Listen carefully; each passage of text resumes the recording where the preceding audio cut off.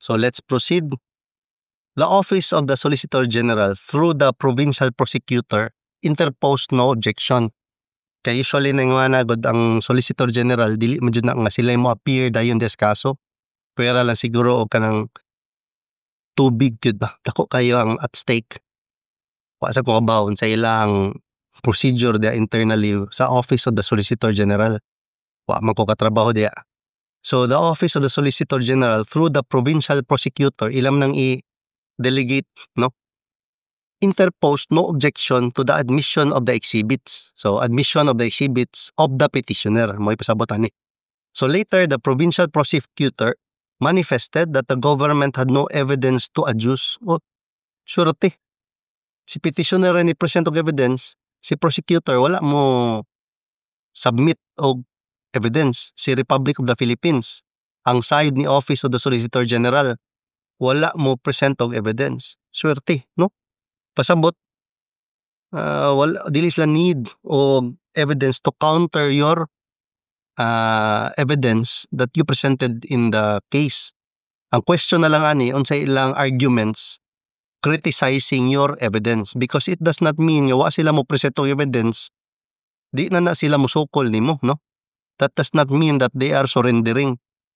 It may mean simply that they are confident to win that case even without presenting any evidence for their side of the case, no? So let's read. In a decision, the trial court rendered judgment for herein respondent, si Inday Silis, adjudicating unto her the parcels of land in question and decreeing the registration thereof in her name. Wow. So nilusot sa. So daog siya before the trial court. So wherefore, premises considered, the court hereby adjudicates the parcels of land situated in so and so, containing an area of X square meters appearing in this sketch plan, etc. To herein applicant, Inday Silis. Di ni mo yung tinod ngalan ha. Babae man man natong gitawag, Inday Silis. Iyang complete name, Celestina man. Okay? So, pagkahuman, so, adjudicate nga siya maoy tag-iya and orders and decrees registration in her name in accordance with Act number 496, Commonwealth Act number 14, or Commonwealth Act number 141 yun 14 may nasuwat diri.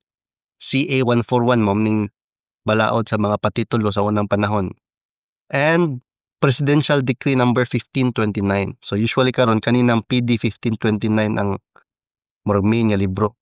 This adjudication, however, is subject to the various easements, reservations provided for under pertinent laws, presidential decrees, and presidential letters of instructions, which should be annotated or projected on the title to be issued. And once this decision becomes final, let the corresponding decree of registration be immediately issued. So, okay, no? So far, smooth. Why problema? So, nakadaog siya. Then the petitioner Republic, no? Ni-file din siya motion for reconsideration. Pero na-deny, no? It was denied by the trial court. It went on appeal to the Court of Appeals, and as stated at the outset hereof, the Court of Appeals in the decision affirmed that of the trial court. So the decision appealed from is hereby affirmed. So meaning si Republic of the Philippines, they lost before the Court of Appeals. So now the Republic is going to elevate the case to the Honorable Supreme Court. Okay. So, naabot yun sa Supreme Court. Pero nga nawa mo sila musupak early on. Sa kay rason, no?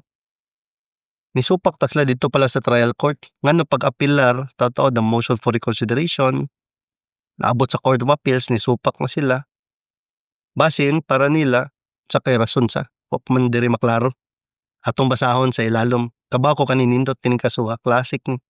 Moskwila kay ka law school, makabasa jud ka aning kasuha. So I will see you in the next episode. Ato ning basahon ang portion sa decision, kanina yung decision ni Honorable Supreme Court. Okay? So I'll see you sa next episode. And again, this is a co-learning channel. If you have updates that you are willing to share, di bitaw na nimo maprinda o mabaligya, send me a link. Check my post lang naman na email, Viber, or WhatsApp. Link lang from a gov.ph website and updates, real estate, yuta related nga mga cases or transactions or mga issuances, IRRs, send ong link kana 2025 from gov.ph websites. Para dili na pod lisod nako pag authenticate sa material, higo na lang ko mag-study and hopefully share it with our co-learners at mga kauban diri nga channel kung naa mong galing. So I'll see you sa next episode.